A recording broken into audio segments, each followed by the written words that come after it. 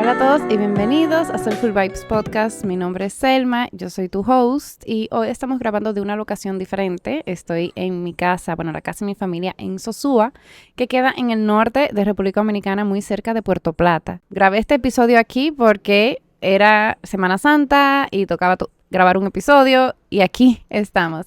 Así que si el audio no se escucha nítido, te pido disculpas, pero no quería dejar de grabar aquí porque estar en esta casa siempre me recuerda tanto a mi abuelo y su historia. Y hoy te lo voy a contar.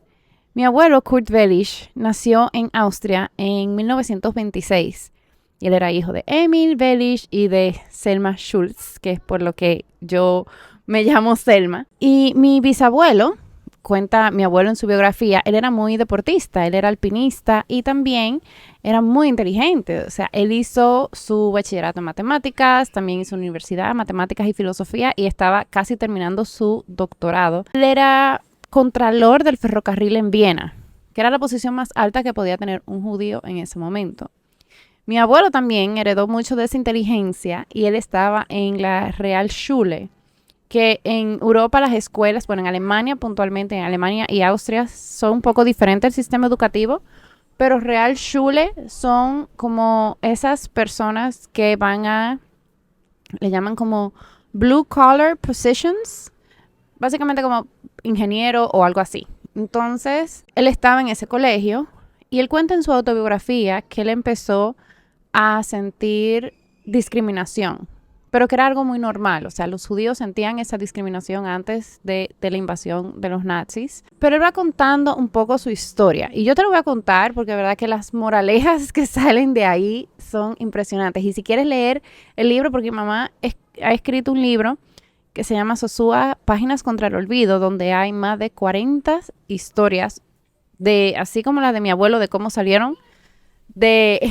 Europa y llegaron a República Dominicana. Mi abuelo cuenta en su autobiografía que él estaba en el colegio y que ya empezaron con las discriminaciones, pero ya luego de la invasión nazi, sacaron básicamente a todos los niños y profesores de cualquier colegio, también de los gymnasiums, que los gymnasiums eran como ya para si tú querías ser un académico, lo sacaron a todos y lo llevaron a una escuela donde le dijeron a los profesores: tú solamente puedes dar material de primaria.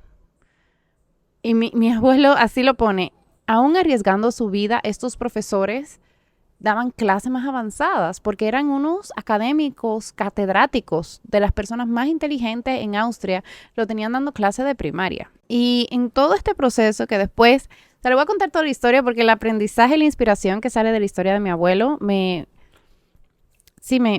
pone a pensar mucho en resiliencia. Y después nos vamos ahí, a la resiliencia. Además de eso, a mi bisabuelo le cortaron el salario por mitad y luego le quitaron la casa. Y los llevaron a todos a lo que se llamaba el gueto, que era donde estaban todos los judíos. Y en una casa donde cabía una familia, normalmente, metían a 5 familias. Mi abuelo cuenta que vivían 18 personas en esa casa donde él vivía, que casi no tenían para comer y que por pura casualidad fue que pudieron conseguir salirse a República Dominicana. Y les voy a contar esa casualidad porque fue la hermana de mi abuelo, Tante Gerta. Ella vivía en Inglaterra, o sea, llegaron a mandarla para Inglaterra antes de que comenzara la guerra. Y ella literal estaba caminando por una calle y vio en un bulletin board que República Dominicana está aceptando refugiados judíos. Dije, ¿qué? Y ahí mismo, la hermana de mi abuelo, mi tía, dijo, pues déjame investigar, y solicitó para no solo sacar a mi abuelo, sino también a mis bisabuelos de Austria. Y la forma en que mi abuelo cuenta, porque lo que hizo, mi mamá le había dicho a mi abuelo que grabara su experiencia.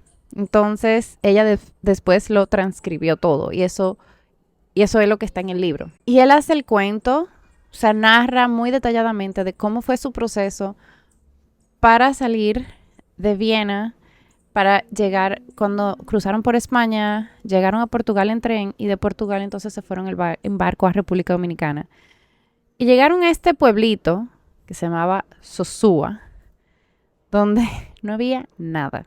El requisito para poder venir aquí, a este país, como refugiado era que tú ibas a ayudar a la economía de República Dominicana. Y en ese momento era mucho de agricultura y ganadería. Entonces, todos los judíos decían como que, ok, ¿cuál es tu profesión? Y decían, dentista y ganadero. O contable y agricultor. O sea, todos tenían esas dobles profesiones, aunque no fueran verdad.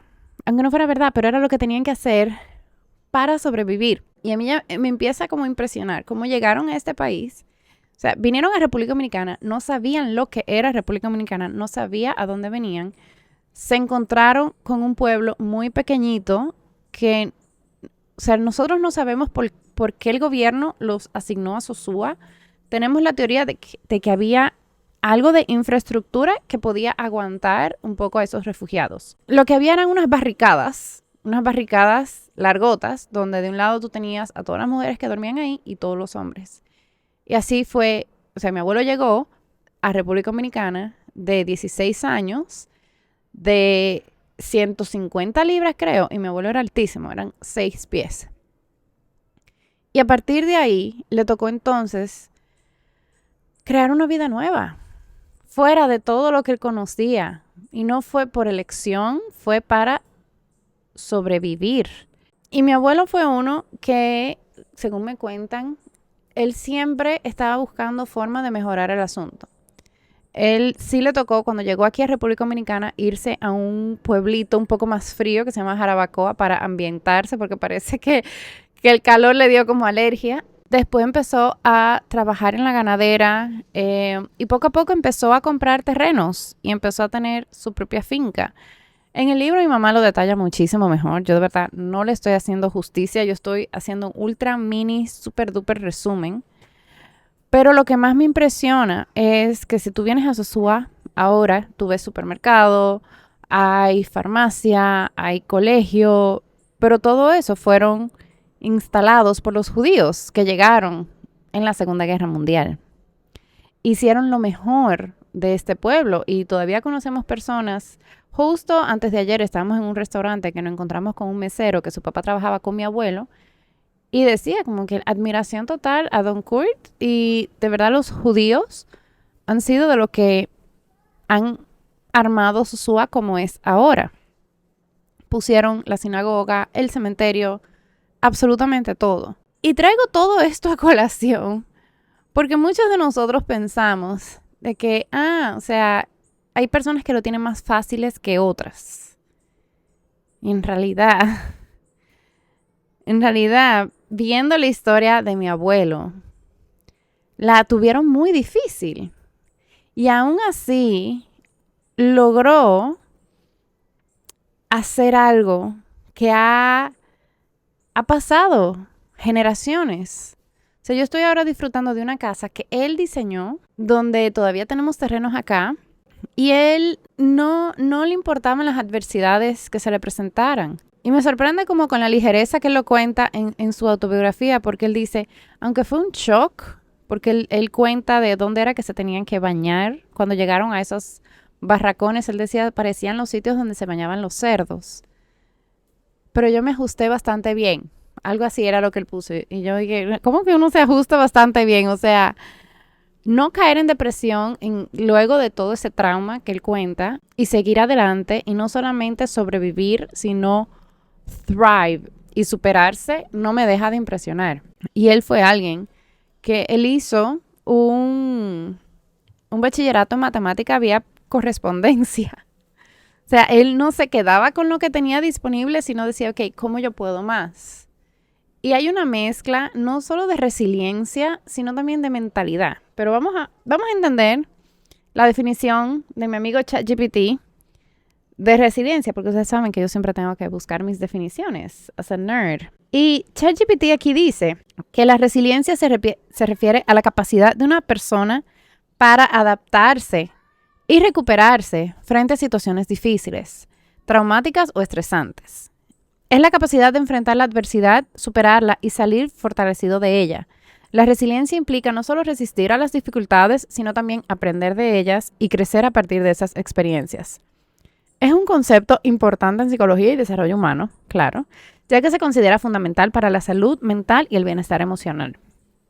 Las personas resilientes suelen tener una actitud positiva, flexibilidad cognitiva y habilidades para manejar el estrés y las emociones de manera efectiva. Y sí, yo creo que de la resiliencia, yo creo que de mi abuelo, no sé si los judíos en general, y es que viene cierto privilegio. Y no es el privilegio que muchos de nosotros pensamos, no es el privilegio monetario, no necesariamente ni siquiera es el privilegio de las oportunidades, porque sabemos que hubo mucho tiempo, bueno, o sea, como cuenta mi abuelo, de que su papá no tenía muchas oportunidades, sino que podía llegar hasta un punto por ser judío. Pero la mentalidad de abundancia y de identificar oportunidades, ese es el real privilegio. Porque mi bisabuelo, cuenta mi abuelo en su biografía que mi bisabuelo perdió todo y después volvió a reconstruirlo. Y después lo volvió a perder cuando se tuvieron que mudar de nuevo a República Dominicana por la guerra. Y aquí reconstruyeron de nuevo. Y mi abuelo era uno que reconstruía y reconstruía. Y de verdad, esta casa es hermosa, es una casa grande de 2 pisos, 5 habitaciones. Y mi abuelo cuando llegó a los 16 años no tenía nada. Pero no tenía nada material. Pero sí tenía la mentalidad, sí tenía esa actitud positiva y sí tenía esa resiliencia. Y por eso es que cada vez que se me presentan situaciones donde yo me cuestiono si lo voy a lograr, yo solamente me recuerdo a mi abuelo y digo, claro que sí. O sea, si él lo pudo lograr con situaciones mucho más difíciles, mucho más complicadas, yo también lo puedo lograr. Y aquí te voy a dejar algunos tips de cómo tú puedes empezar a construir resiliencia. Y el primer paso es desarrollar una mentalidad positiva, que es tratar de tener una actitud optimista aún frente a los desafíos. Yo sé que puede ser retador. Y por eso es que en la academia, en cada uno de los módulos que tenemos, siempre tenemos nuestras cápsulas de mentalidad. Y yo personalmente en el coaching 1-a-1 trabajo mucho el mindset, porque en la mente está todo. Si tú controlas tu mente, tú controlas tu vida. Si tú no controlas tu mente, tú vas a andar a la deriva en tu vida. Lo segundo es mantener tu autoconciencia. Conoce tus fortalezas y tus debilidades y así también tus límites. Y aprende también a reconocer tus emociones y a manejarlas de una forma saludable. No es shut down, es, ok, ¿qué yo estoy sintiendo y cómo yo puedo hacer que esto no controle mi vida? Crea y mantén redes de apoyo. O sea, cultiva relaciones sólidas con amigos, familiares, colegas u otras personas de confianza que te puedan efectivamente apoyar. Sabemos que la comunidad lo es todo. Y dependiendo del proceso en el que tú estés pasando, apóyate. Si tu familia no es ese apoyo, busca a tus amigos. Y si no es, o sea, siempre hay alguien que puede pensar igual que tú. Alguien debe aparecer por ahí que piense igual que tú. Adopta los hábitos saludables. Ustedes saben que yo amo los hábitos, Selma, y los hábitos. Con un estilo de vida saludable, con una buena dieta, ejercicio, descanso, técnicas de relajación. Cuando tú tienes bienestar integral, es más fácil tener resiliencia, es más fácil enfrentar las situaciones difíciles que se nos presentan en la vida. Desarrolla las habilidades de afrontamiento, aprende a manejar el estrés de forma efectiva y aprende también comunicación asertivas y cómo buscar soluciones alternas, porque siempre tratamos de no tener conflictos, pero hay veces que se nos van a presentar situaciones en la vida donde tenemos que resolver conflictos. Esto me gusta mucho, establece metas realistas, porque pasa mucho, especialmente cuando decidimos emprender, por lo menos en mi caso, las que deciden emprender en doTERRA, no, que yo quiero ser diamante para mañana. Eso te puede decepcionar bastante. Y cuando tú estableces una meta alcanzable y tú trabajas de manera constante para lograrlo, no solo al ser más realista es posible que la logres y lo puedas celebrar. Ponerte una meta inalcanzable es básicamente tú set yourself up for failure. O sea, eso es como tú proyectarte para fracasar. Entonces necesitamos metas realistas para así poder lograrlas y celebrarlas e ir ganando confianza en cada una de esos wins. También hay que ser flexible, hay que ser adaptable y hay que ser abiertos al cambio, porque las cosas definitivamente no siempre van a salir como uno espera. Y cuando uno encuentra formas de cambiar, y a mí me ha pasado un montón de veces que digo, wow, esto no era lo ideal, pero sale mejor de lo que yo lo planificaba. Mantén una perspectiva a largo plazo. Recuerda que los momentos difíciles son temporales y con el tiempo y el esfuerzo vas a poder superarlos.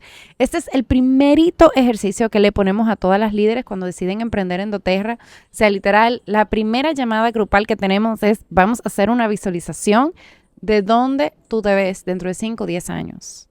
Porque esa visualización es que va a dar mucho la tranquilidad cuando uno está pasando por momentos retadores, de que uno confía de que no siempre va a ser así, de que las cosas sí van a mejorar, se va a hacer más fácil. Porque en todo en la vida, especialmente si tú decides hacer algo nuevo, toca momentos de reto. Lo importante es cómo lo superamos. Y si es necesario buscar ayuda profesional, yo soy pro terapia. O sea, para eso están esos profesionales. Yo trato de ir a mi terapia una vez al mes y ayuda a ver las cosas desde otro enfoque y ayuda a salirse de su cabeza, porque nuestro cerebro, nuestra mente puede ser nuestro mejor aliado, como también puede ser nuestro peor enemigo. Y yo siento que cuando uno conversa las cosas, va a terapia, uno convierte en esa mente en tu aliado. Y estas son habilidades que tú puedes ir desarrollando poco a poco en tu vida. Esta resiliencia, sí, posiblemente a mi abuelo no le quedaba de otra opción, pero también quizás se pudo haber deprimido. Yo creo que ayudó que estaban todos los refugiados pasando por la misma situación, estaban todos acompañándose. Pero este ejemplo de la vida de mi abuelo y de muchos otros que también llegaron a República Dominicana de forma similar, podemos aprender y llevárnoslos a otros aspectos de la vida. Podemos llevárnoslos a ya sea situaciones difíciles que estamos pasando ahora mismo con la familia, con el trabajo, y cultivar esa resiliencia poco a poco. Porque definitivamente yo sí creo que todos nosotros tenemos la habilidad de vivir una vida maravillosa y muchas veces tenemos miedo de no tener la fuerza o de no poder enfrentar ese tipo de cosas. Y bueno, en mi episodio pasado que yo hablé del miedo, pero yo siento que aquí lo hablo de nuevo, da miedo, sí da miedo hacer muchas cosas. Pero cuando tú sabes que tú tienes en tu cajita de herramientas resiliencia, da un poco de menos miedo. Y aquí sí me atrevo a decirlo por experiencia, no, gracias a Dios, no me tocó vivir la experiencia de mi abuelo. Me han tocado otras experiencias que igual también me he dado cuenta que soy mucho más fuerte de lo que pensaba que era. Y reconocer esa fortaleza me ha ayudado a lanzarme a otras cosas, como mudarme de país y que me vaya bien. O meterme en un emprendimiento y que me vaya bien. O lanzarme a ser mamá y que me vaya bien. Entonces, este episodio es, si ya tú estás dando el paso o si estás en una situación difícil, sí las cosas van a salir mejor y sí hay técnicas y herramientas que tú puedes empezar a hacer. Y tú sabes que en mi página yo siempre hablo mucho de bienestar, de mentalidad de abundancia y de cómo nosotros podemos cada día vivir una vida un poquitico mejor. Así que de verdad, si te gustó este episodio, que el audio no fue el mejor, pido 1000 disculpas por eso. O es más, gracias por llegar hasta aquí, a pesar de que el audio no fuera el mejor.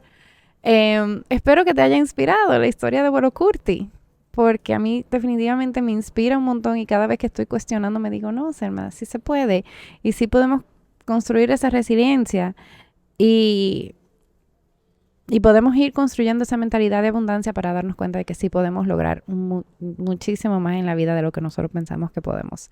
Así que te mando un fuerte abrazo. Chao.